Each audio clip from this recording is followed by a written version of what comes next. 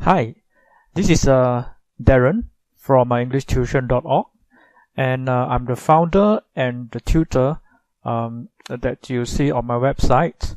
I want to share more information about the work that I do with parents and with students, especially those who are considering signing up for the tuition lessons, but you're somewhat on the fence because you don't have a good understanding of what's going to happen during lessons.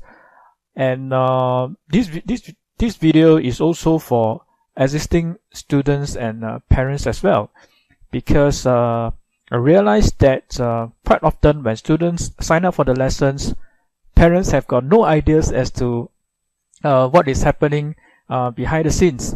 So hopefully with this series of videos, they can get more insight into the work that I do, and maybe I can get better support from them, and the end result would be that this will ultimately benefit the kids. So if you're wondering about my background, you can find all that information on my website, EnglishTuition.org. So basically just to tell you that I'm a NUS graduate and I major in sociology, and I teach English. So if you want more information, please go to the website where you can see my degrees and my qualifications, and read more about my teaching methodology and other stuff.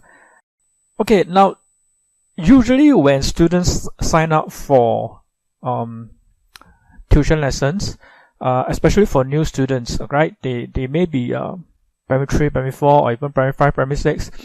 What I usually do is we will spend the first few months, about 3 to 6 months, to try and build up the foundation of the students, because most of these students, when they come to me, they are really very weak in English, and they are surprisingly weak to the point that I can't continue teaching them any of the more advanced stuff without working on the foundation aspects.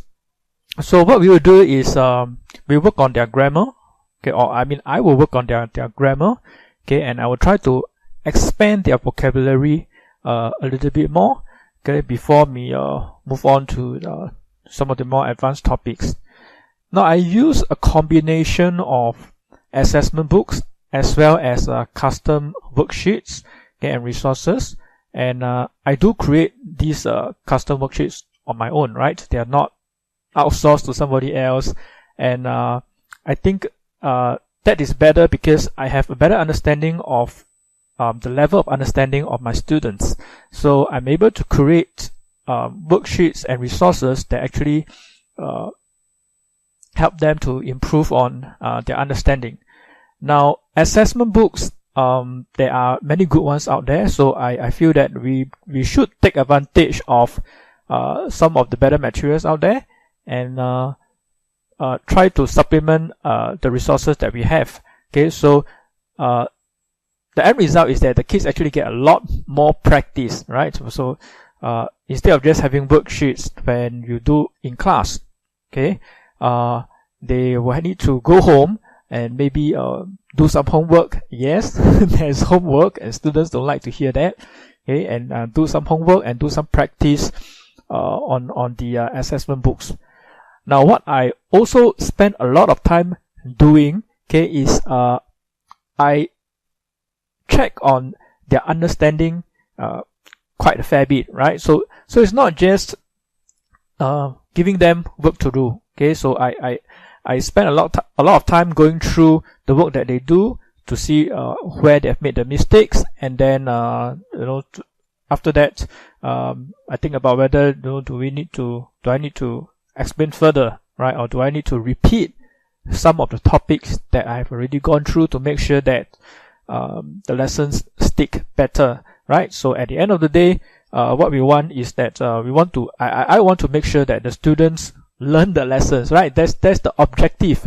Okay, and now speaking of objective, I want to make it very clear that the kids are not just coming, to have an entertaining lesson, ha ha ha, laugh about my jokes, and then at the end of the day they go back and then they forget about everything, right? That's not how the lessons work, right? I go into tuition with the objective of helping students achieve their goals and achieve their dreams, right? That is the ultimate objective. Now, in order for me to do that, they have to be willing to spend time, right, to do the work, right? They have to put in the effort to make their dreams, not my dream, to make their dreams come true, okay? So if a student comes to me and then they say, yeah, can you just give me all the answers? Can you just like spoon feed me and give me all the answers? That's not how it works, right? I don't encourage that, and I certainly don't do that during my lessons. On top of the assessments and worksheets which they need to complete during the lessons, every once in a while I will also have a mini test. As of making these videos, the mini tests are not on fixed dates, meaning they are actually surprise tests.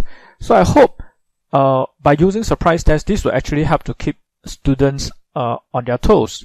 And the mini test can test them on almost anything, right? It can be on the language itself, it can be on the syllabus, it can be on writing, right? So language is a subject that requires daily practice. It's not a study subject. It's not something that you can cram into, say, 2 weeks of study and then hope that you score distinction in the subject. That's not how language works. So you need the daily practice to become good at language. You need to read more, you need to listen more, you need to speak more, and you need to write more, right? And with all those combined practice, I personally observe that we see the greatest improvements that the students make. And I spend a lot of my time, a fair bit of my time creating these resources. On top of mini tests, we also have mock assessments. Now, these mock assessments usually take place before the exams. So before essay 1, you will have a mock assessment, and then you have a result. So the result is actually quite predictive of what the students are going to achieve in their mid-year exams or in their year-end exams. And at the end of the year, they also get another mock assessment. So in part, I also take this as helping them with their revision, right? So in English, you can't really say, take out a book or textbook. In fact, there are no textbooks in our school now, right? So what do students do to revise? So when they come for the lessons, I will go through some of the grammar topics with them, some of the syllabus, and they will do this mock assessment, during lesson, and they're given a time, to simulate the exam conditions to get them more ready for the exam that is coming. So through this series of mini tests and mock assessments, I can actually tell if the students have been paying attention or have been putting effort into their homework during term time, right, or during lesson time. Most of the time, if students pay attention during my lessons and they go back and do their work, they would have no problems to do well in the mock assessments, right? But if they come to class and they daydream, or if they sleep, or if they get easily distracted for whatever reason, then obviously we are not going to see good results from the mock assessments. So the evaluation that I have on them, which eventually will manifest itself in terms of feedback that I provide for the parents, is quite objective, right? If the students don't do well, I would say they don't do well, and this is because of these certain reasons, and because of these reasons, here's what we can expect, right, for the mid-year results or the final year results. So in a nutshell, I think that's more or less summarizes the work that I do. Students can expect to have some homework, because that's one of the most frequently asked questions that I get, and students don't like that. All right. In another video, okay, hopefully I can cover more in depth, okay, and maybe share some stories about my experiences, about my teaching experiences with all of you guys. And I hope that you guys have learned something from the video, and I hope you find the video useful.